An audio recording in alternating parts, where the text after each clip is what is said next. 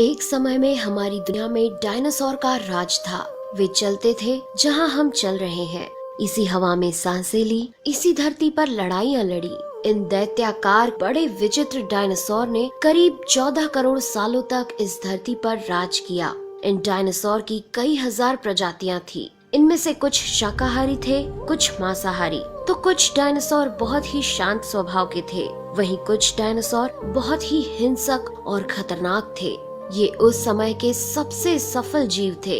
लेकिन फिर अचानक ऐसा क्या हुआ? आखिर वह कौन सी घटना थी जिसने इनका नामो निशान ही मिटा दिया? इसे जानने के लिए हमें करोड़ों साल पीछे जाना होगा और डायनासोर्स के उस अंतिम दिन को करीब से देखना होगा। तो आइए चलते हैं आज से 65 मिलियन साल यानी कि 6 करोड़ 50 लाख साल पीछे। आज से करीब 6.5 करोड़ साल पहले धरती पर मौसम सामान्य था। चारों ओर सूरज की रोशनी बिखरी हुई थी। लंबे लंबे पेड़ों से टकराती समुद्र की ठंडी हवाएं और चारों तरफ डायनासोर के चिल्लाने चिंघाड़ने की आवाजें। जब ये सारी डायनासोर प्रजाति बड़े ही आराम से धरती पर अपना जीवन बिता रही थी, तब 10 करोड़ साल पहले ही इनकी किस्मत लिखी जा चुकी थी। 10 करोड़ साल पहले एक छोटा एस्ट्रॉइड का टुकड़ा जो सुदूर अंतरिक्ष से आ रहा था, वह पृथ्वी से लगभग 20 करोड़ मील दूर मंगल और बृहस्पति के बीच बने क्षुद्र ग्रह बेल्ट में घूम रहे एक बड़े एस्ट्रॉइड से जा टकराता है। इस टकराव से उस बड़े एस्ट्रॉइड की दिशा बदल जाती है और वह क्षुद्र ग्रह बेल्ट से निकलकर सीधे पृथ्वी की ओर 22,000 मील प्रति घंटे की रफ्तार से बढ़ने लगता है। जब यह एस्ट्रॉइड पृथ्वी से 3,84,000 किलोमीटर की दूरी पर था, तब धरती से शायद डायनासोर का अंत ना होता यदि यह एस्ट्रॉइड पृथ्वी के उपग्रह चांद से टकराता। लेकिन नियति को कुछ और ही मंजूर था, इसलिए ये बड़ा एस्ट्रॉइड चांद के बहुत नजदीक से गुजर गया। 40 किलोमीटर के व्यास वाला 2 ट्रिलियन मेट्रिक टन का ये एस्ट्रॉइड प्रत्येक सेकंड के साथ साथ धरती के करीब बढ़ता जा रहा था। ये एस्ट्रॉइड जब पृथ्वी के वातावरण के संपर्क में आया तो इसकी रफ्तार एकाएक 70,000 किलोमीटर प्रति घंटा हो गई। पृथ्वी के वायुमंडल में घुसते ही घर्षण की वजह से ये एक भयानक आग के गोले में बदल गया। ये इतनी रफ्तार से धरती की ओर बढ़ रहा था कि सिर्फ 4 मिनट में इसने अटलांटिक ओशियन को पार कर लिया। इसकी चमक इतनी अधिक थी कि धरती पर टकराने से पहले ही हजारों जीव आग के इस दहकते गोले को देखकर पूरी तरह अंधे हो चुके थे। ये जीव उस उल्का को देख नहीं पा रहे थे, लेकिन वह उसकी भयानक गर्मी को महसूस कर रहे थे। कुछ ही क्षण में ये एस्ट्रॉइड मेक्सिको की खाड़ी के पास जमीन से टकराता है और लगभग 35,000 डिग्री सेल्सियस की ऊर्जा वाला एक भयंकर विस्फोट होता है। इस टकराव का विस्फोट लगभग 10 हाइड्रोजन बम के विस्फोट के बराबर था।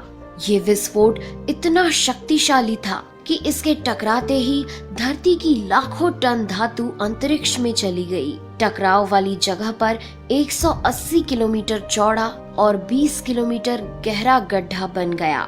विस्फोट के कारण इस गड्ढे का सारा मेटल और पत्थर आसमान में धूल के बड़े बादल में बदल गए।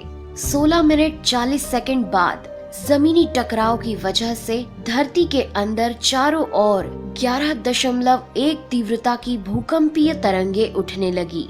इस वजह से समुद्र में विशालकाय लहरों का निर्माण हुआ और एक के बाद एक सुनामी की लहरें चारों तरफ बढ़ने लगी। भूकंपीय तरंगों ने सभी सक्रिय ज्वालामुखियों को दहका दिया, जिसके कारण जगह जगह डायनासोर का विनाश शुरू हो गया। धरती के महाविनाश की प्रक्रिया आरंभ हो चुकी थी। इस भयानक विस्फोट में रेडिएशन की मात्रा इतनी बढ़ गई कि इसके 800 किलोमीटर के दायरे में आने वाले सभी जीव जलकर पूरी तरह राख के ढेर में बदल गए थे। इस महाविनाश में उड़ने वाले डायनासोर इन जमीनी खतरों से तो बच निकले, लेकिन ये तो महाप्रलय की बस शुरुआत मात्र थी। विस्फोट की वजह से जो लाखों टन मेटल, पत्थर और धूल अंतरिक्ष में गया था, वह ग्रेविटेशनल पुल के कारण ठीक 40 मिनट बाद आग के गोले के रूप में पूरी धरती पर बरसने लगे।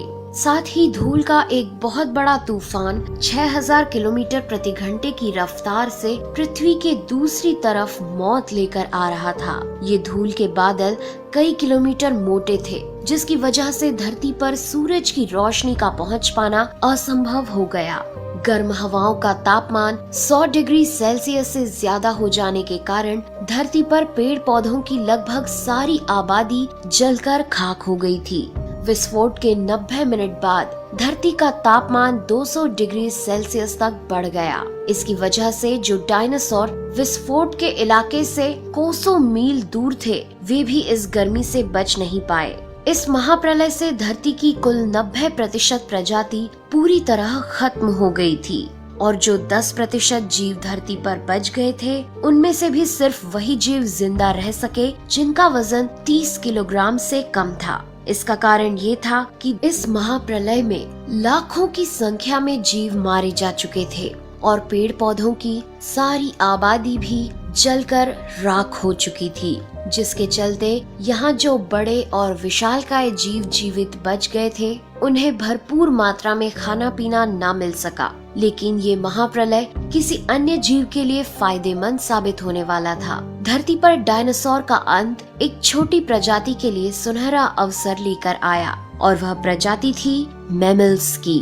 मैमल्स क्या थे, कैसे बच गए महाप्रलय से? डायनासोर के अंत के बाद इंसान कैसे और कहां से आए, ये जानेंगे हम अगले एपिसोड में। यदि आप चाहते हैं कि हम अगला वीडियो जल्द से जल्द बनाएं, तो इस वीडियो पर 2000 लाइक्स जरूर दीजिए और हमारे चैनल को सब्सक्राइब कर हमारा सपोर्ट जरूर करिए। यदि आप नए हैं तो इस चैनल पर हमारे बाकी वीडियो भी जरूर विजिट करें। साथ ही सब्सक्राइब कर नोटिफिकेशन बेल आइकन को भी जरूर दबाएं। मिलते हैं अगले एपिसोड में, तब तक के लिए नेहा आगरकर को दे इजाजत। नमस्कार।